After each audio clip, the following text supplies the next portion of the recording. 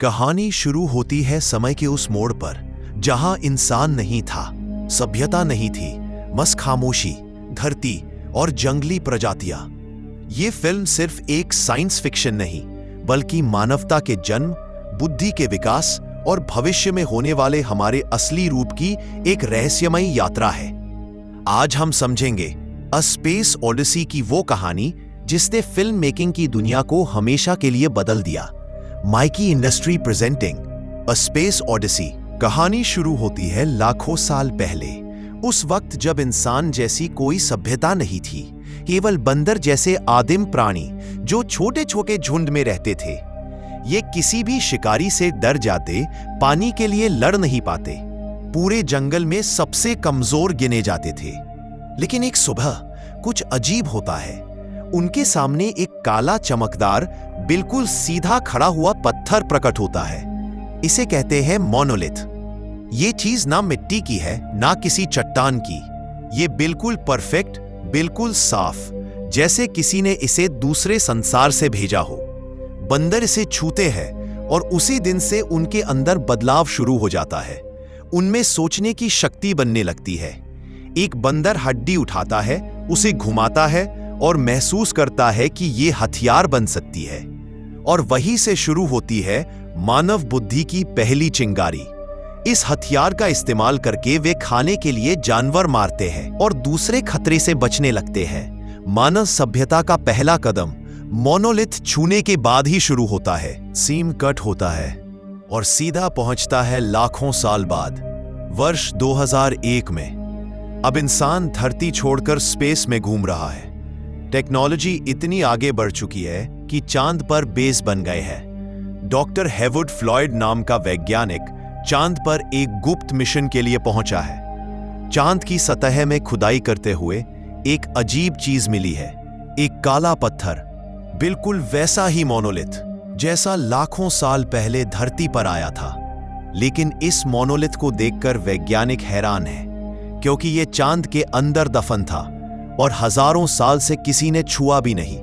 जैसे ही फ्लॉयड और उनकी टीम इसकी तस्वीर लेती है, अचानक मोनोलिथ से एक तेज, कान फाड़ देने वाली आवाज निकलती है।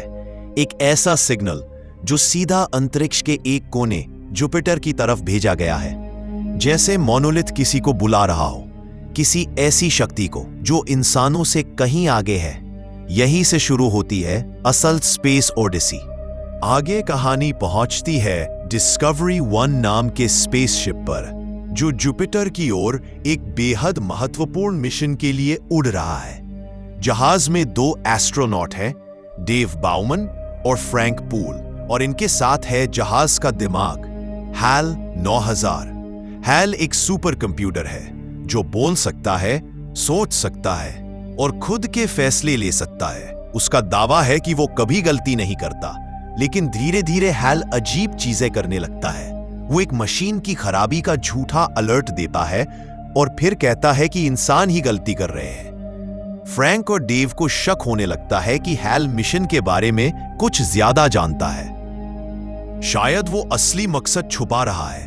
वे तय करते हैं कि हैल को बंद कर देना चाहिए, लेकिन हैल ये बातचीत सुन लेता है और यहीं से शुरू होती है मिशन की सबसे डरावनी लड़ाई। एक इंसान और एक मशीन के बीच। हैल फ्रैंक को मार देता है और डेव को जहाज में वापस आने नहीं देता। लेकिन डेव किसी तरह अंदर घुसता है और हैल की मेमोरी चिप्स निकालकर उसे बंद कर देता है। जैसे जैसे उसकी मेमोरी हटती है, हैल एक छोटे बच्चे की तरह डरने लगता है, धीमे धीमे बोलता। हैल मर जाता है और तभी एक वीडियो ऑटो प्ले होता है जिसमें बताया जाता है कि असली मिशन था जुपिटर के पास मिलने वाले दूसरे मोनोलिथ की खोज। अब देव अकेला है और वह एक छोटे पॉड में बैठकर जुपिटर के पास तैरते मोनोलिथ को देख रहा है।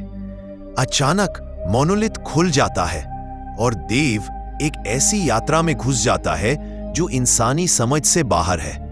रंग, रोशनी, तेज रफ्तार, जैसे वो किसी दूसरे डिमेंशन में जा रहा हो।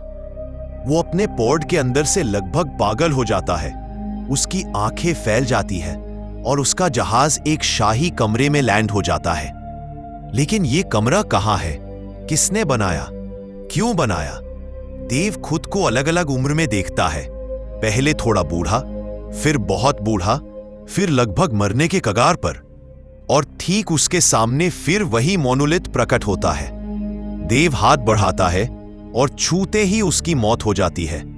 लेकिन कहानी यही खत्म नहीं होती। उसकी जगह एक नया रूप जन्म लेता है, एक चमकता हुआ विशाल स्टार चाइल्ड, एक ऐसा अस्तित्व जो इंसान से हजारों गुना आगे है। स्टार चाइल्ड धरती की ओर देखता है, जैसे मानवता के अगले युग की शुरुआत होने वाली हो। ए स्पेस ऑडिसी हमें यह बताती है कि हमारी सभ्यता सिर्फ एक साधारण विकास नहीं, बल्कि एक रहस्यमयी प्रक्रिया है। शायद मोनोलिथ कोई एलियन टेक्नोलॉजी है, शायद किसी कॉस्मिक इंटेलिजेंस का बनाया हुआ गेटवे, जो हर बार इंसानों को अगले स्तर तक पहुंचने में मदद करता है। ये फिल्म एक सवाल छोड़ जाती है, क्या इंसान ही ब्रह्मांड की आखिरी मंजिल है, या हमारी अभी असली यात्रा शुरू हुई है? हमें उम्मीद है कि माइकी इंडस्ट्री की ये वीडियो आपको जरूर पसंद आई होगी।